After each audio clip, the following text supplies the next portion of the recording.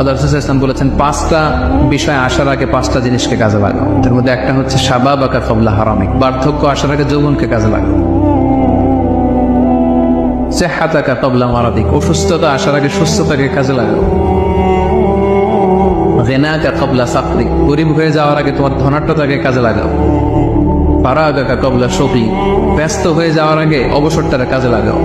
হায়াতাকা ক্বাবলা মাউতিক, মৃত্যু আসার আগে জীবনটারে কাজে লাগাও। যারা ক্ষমা করে এরা অনেক ভালো থাকে ভাই, জানেন? আপনি ক্ষমা করে দিলে আপনি শান্তিতে থাকবেন। আপনি যদি আপনার ব্যাড এক্সপিরিয়েন্স, তিক্ত অভিজ্ঞতা, কে আপনারে গালি দিছিল, কষ্ট দিছিল, সবসময় এগুলো বয়ে বেড়ান, it will burn your self inside. এগুলো আপনার ভিতরে জ্বালায় পোড়ায় ছারখার করে দিবে। আর যদি ভুলে যান, জায়গায় মাফ করে দেন, তাহলে শোধবোধ সব শেষ। আমি আছি শান্তিতে, ঠিক কিনা? আপনি নিজেকে ছোট মনে করলে আল্লাহ আপনাকে বড় বানায় দিবে। আর যদি নিজেই নিজেকে বলেন আমি বড় আল্লামা, আমি সব জানি, তাহলে আল্লাহ বলবে তোর স্থান হচ্ছে সবচাইতে নিচে, ঠিক কিনা? আবু নাওয়াস একজন কবি ছিলেন, উনি বলেছেন ওয়াকুল্লি মাইয়াদ্দাঈ ফিল ইলমি ফালসাফাতান হাবাসতা শাইআন ওয়া গাবাত আনকা আশিয়াউ। কেউ যদি তোমারে বলে যে আমি সব জানি, তুমি 2 আঙ্গুল দেখিয়ে বলো তুমি কিচ্ছু জানো না। জীবন এটা সহজ নয়, জীবন চলার পথ সহজ নয়, এটাকে সহজ করে নিতে হয়। কখনো সবর করে, কখনো ক্ষমা করে, কখনো অন্যকে ইগনোর করে, কখনো দোয়া করে, কখনো আল্লাহর উপর তাওয়াক্কুল করে, ঠিক কিনা?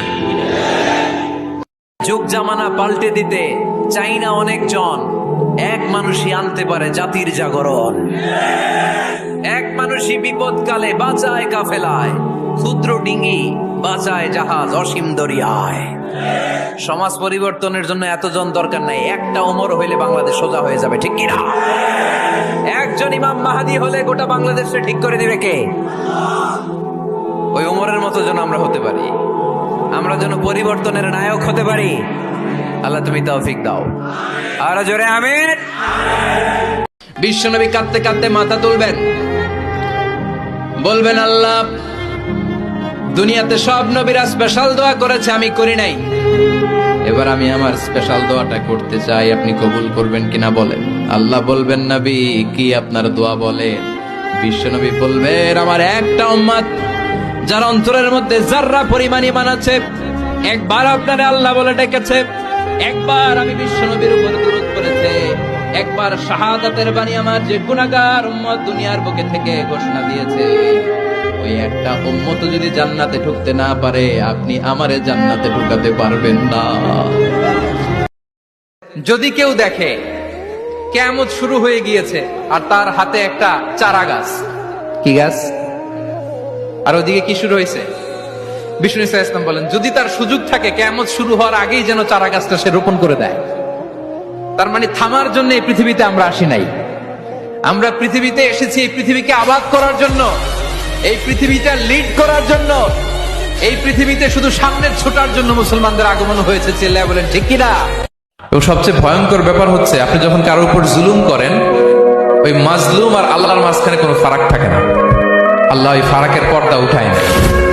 খবরদার, মুসলিমের কান্না কখনো বৃথা যায় না। জীবনের কোনো না কোনো সময়ে এর প্রায়শ্চিত্ত আপনাকে করতে হবে। জীবনের কোনো না কোনো সময় এর প্রায়শ্চিত্ত করে আপনাকে। আল্লাহর হাবিব সাল্লাল্লাহু আলাইহি ওয়াসাল্লাম নামাজ পড়া অবস্থায় সামনে এমন কিছু রাখতেন না যেটার দ্বারা আল্লাহর হাবিব সাল্লাল্লাহু আলাইহি ওয়াসাল্লামের সালাতে মনোযোগ অন্যদিকে চলে যায়। আমরা যখন সালাত পড়ি, যদি অন্যদিকে তাকাই, ফেরেশতার মাধ্যমে আল্লাহ একটা ডাক দেয়, বলে আকবিল, এই বান্দা ফিরে আয়, তোর নজর থাকা দরকার সিজদার জায়গায়, ফিরে আয়। আপনি আবার যখন অন্যদিকে তাকান, আল্লাহ বলে ফিরে আয়, সিজদার দিকে তাকা। আপনি আবার যখন ঘড়ির দিকে তাকান, আল্লাহ বলে আকবিল, ফিরে আয়, সিজদার দিকে তাকা। আপনি যখন আবার অন্যদিকে তাকান, তখন আল্লাহ বলে লা হাজাতা লি ইলা সালাতিক, তোর এই নামাজের দরকার আমার নাই। নাউজুবিল্লাহ পড়বেন না? তোর এই নামাজের দরকার আমার নাই। অজু করে কষ্ট করে যাকে খুশি করার জন্য আপনি সালাতে দাঁড়ালেন, উনি যদি বলে এই নামাজের দরকার নাই, তা কার জন্য নামাজ পড়লেন আপনি? কথা কি বুঝতে পেরেছেন? হাত না তুলেও দোয়া করা যায়, হাত তুলেও করা যায়, কিন্তু বিষ্ণু বলেন হাত তুলে চাও, কারণ ইন্নাল্লাহা হাইয়ুন কারীম, আল্লাহ বড় লাজুক এবং লজ্জাশীল। বান্দা যখন হাত তুলে ভিক্ষুকের মতো কিছু চায়, ওই হাত খালি হাতে ফিরিয়ে দিতে আল্লাহ লজ্জা লাগে। খালি হাতে ফিরিয়ে দিতে আল্লাহ লজ্জা পান। হাত তুলে চাইবেন। সুবহানাকাল্লাহুম্মা রাব্বানা ওয়া বিহামদিকা আল্লাহুম্মা ইগফিরলি। এর অর্থ হচ্ছে, হে আমার রব, আপনার পবিত্রতা ঘোষণা করছি, আপনার প্রশংসা আমরা করছি, আল্লাহ আপনি আমাকে ক্ষমা করে দেন। আল্লাহুম্মা ইগফিরলি। আস্তাগফিরুল্লাহ, আস্তাগফিরুল্লাহ, আস্তাগফিরুল্লাহ। হাঁটছি, চলছি, ড্রাইভিং করছি, বাস স্টেশনে অপেক্ষা করছি, ফিলিং স্টেশনে ফুয়েল নিচ্ছি, পড়বো আস্তাগফিরুল্লাহ। কি পড়বো? আস্তাগফিরুল্লাহ। যারা সব সময় আস্তাগফিরুল্লাহ পড়ে তাদের রিজিকের কোনো টেনশন হয় না।